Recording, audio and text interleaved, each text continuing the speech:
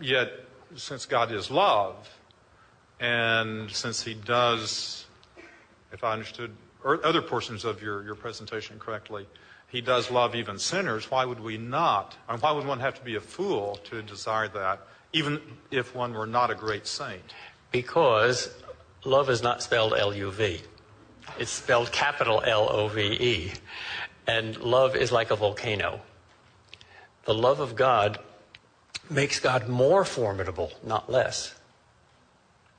Because love, absolute love, perfect love, infinite love, is utterly intolerant of any imperfection in the beloved.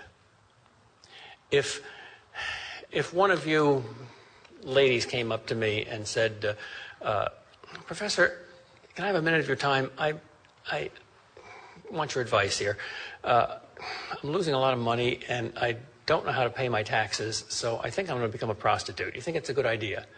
I would say, no, I think it's a stupid idea. Go away. I'm not interested. But if my wife said that, I wouldn't just say, go away, it's a stupid idea. I'd shout and scream. The more you love somebody, the more you expect of them. We expect the most of the people we love the most. So if God loves us infinitely, his expectations, his demands on us are so vastly excessive of what we are that when we meet him, we fall down at our feet as one dead. Very pious people say, and maybe they don't really mean often, God told me this, God told me that, and I'm tempted to ask them, when did God tell you? Oh, last night. You met him, yes. What happened when you met him? Oh, he comforted me. No, that wasn't God. If you meet the real God, you don't feel nice. You don't jab him in the ribs and say, hey, let's go to a bar. Sorry, that's the God of the Bible. It's not convenient, it's not comfortable, and it's not going to win thousands of people into rich programs where you can go on television and make millions of dollars by saying, my God will pat you on the head if you only give me money. But that's what we're stuck with. As we're stuck with the people that love us the most. Imagine your father. Jesus' primary image for God is Father. When you got an F on your report card when you were in elementary school, the other kids laughed at it, and maybe your teacher frowned, but you didn't want to meet your father then. Why? Because he had much higher expectations of you. Well, God is Father with a capital F. But a forgiving Father with a capital F for forgiveness, right? Yes, absolute love and absolute forgiveness. And the worst thing about us is the pride with which we don't accept that forgiveness. Because in order to accept forgiveness, you have to admit that you're a sinner. Got time for 2 more questions? I love your book, Making Sense Out of Suffering. It probably is the most helpful thing I ever read on that subject. But it's always seemed to me that there are 2 different kinds of suffering. I'm tempted to say that the only really compelling argument against the existence of God was formulated by a much deeper mind than mine. I think it was Dostoevsky who said the only compelling argument against the existence of God is the suffering of children. Now, if God sees every sparrow's fall, then why doesn't he see it when a little kid crawls into a refrigerator, an abandoned refrigerator, and shuts the door? Again, the 2 different kinds of suffering. I've never been a mother, but I think if I had a child who got very sick and died in my arms, I think maybe with the help of faith and prayer, I might be able to go on with life.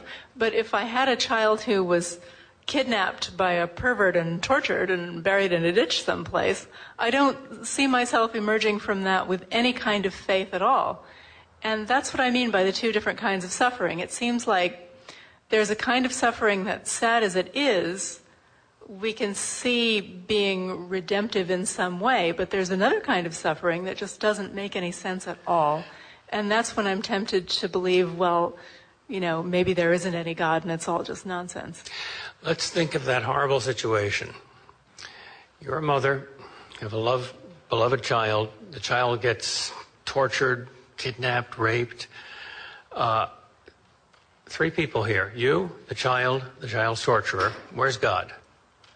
Well, if God is out there watching merely and doing nothing, then it takes an enormous amount of faith to say, well, God knows what he's doing. I don't know why he doesn't intervene. I wish he would, but he doesn't, so that's all there is to it.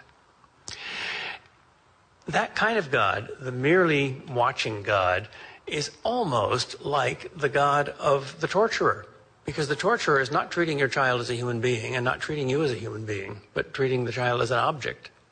And if God is only watching, he's treating us as objects. That's not the kind of God the Bible talks about. The God of the Bible is invisible because he's too close.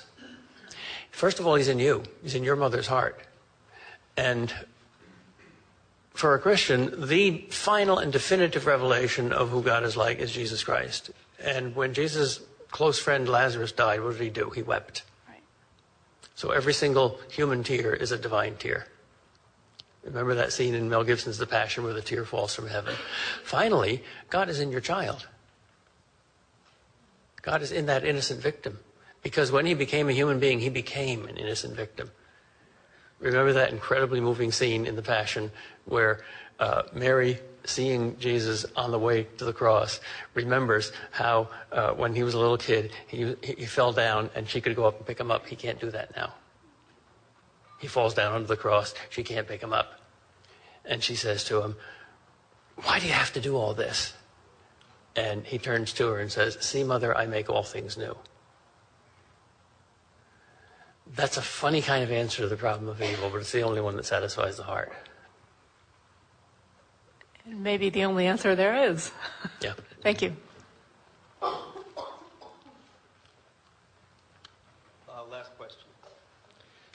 Your representation of Bertrand Russell was the best I've ever heard. Quite. I knew Malachi Martin very well, the Jesuit priest, one of your greatest authors. And it was he who taught me, and I've since discovered that this is corroborated abundantly, that the only name to which evil spirit responds in exorcism is that of Jesus Christ. Mm-hmm. Is not that a perfect confirmation of the existence of God? Yes, it is. It is not a proof, it is a confirmation. I have never seen an exorcist, but I've talked to people who, an exorcism performed, but I've talked to people who have. And the movie, the 40-year-old movie, The Exorcist, which caused an incredible commotion, some of it very deep and religious, as was caused by no other movie. I think The Exorcist and The Passion are probably the two movies that have discombobulated human hearts the most. That was based on a real case. Yes. And that's why it was so moving. And the sequels weren't. Yeah, it happens. Well, it's certainly what catapulted me towards Christ. Yeah. And to come back to my very first point, William James's point about the difference that a belief makes. If we are in a world where there is just secularity and neutrality as one option, and God and the infinite good as another option, then God might be the icing on the cake. But if we are in a world where there is perpetual warfare between good and evil, starting with our own heart, then you need God as much as you need a life raft. I know you said last question, Eric, but may I just humbly suggest to Dr. Kreeft that perhaps the answer to the child being kidnapped and raped is the great fact of free will. Free will was given to us by God, and that rapist misused his free will upon the child. That explains the origin of it. That explains the cause of it. God respects our free will so much. But deep down, the mother doesn't want God to respect free will that much. Well, when but God the mother doesn't control the universe. When God performs a spectacular miracle, which he doesn't do very often, I like to say, I love it when he does stuff like that. Why doesn't he do it more often? Well, Right. his love respects our freedom so amazingly that we don't like it.